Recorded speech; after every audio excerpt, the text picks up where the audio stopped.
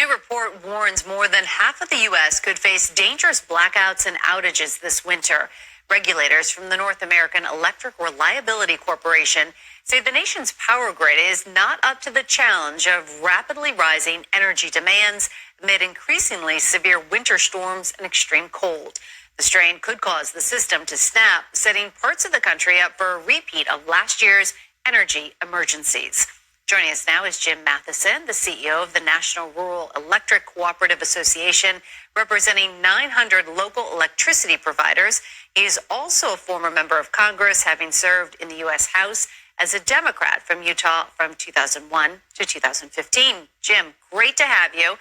What are some of the factors that have contributed to the current lack of energy resources and preparedness? Well, the biggest factor is we're using more and more electricity as a country. Think of all the devices we all use every day now.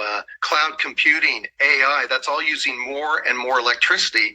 At the same time, we haven't been replacing it with building more capacity to generate electricity. In fact, we've been closing down a lot of the power plants that had useful life left in them, both gas plants and coal plants, and that means we're digging a deeper hole.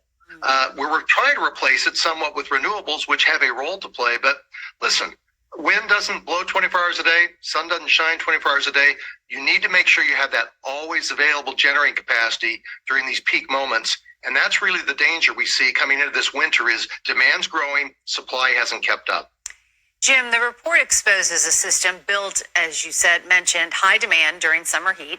Let's talk about what has to happen in order for the grid to function effectively through increasingly severe winter weather.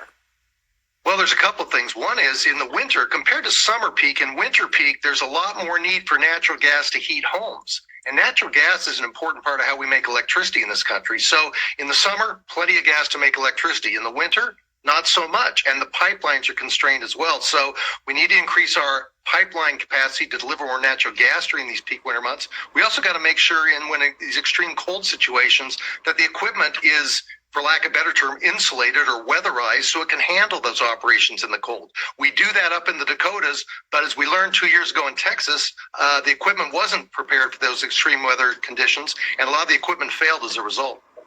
And Jim, some, including the group you represent, argue tough new emissions rules proposed by the EPA will further destabilize the system. And then others argue the proposal could ultimately strengthen the grid by bringing new technologies to market. Explain that disconnect to us. Well, the EPA has made proposals that effectively are going to shut down significant amounts of coal and natural gas in this country.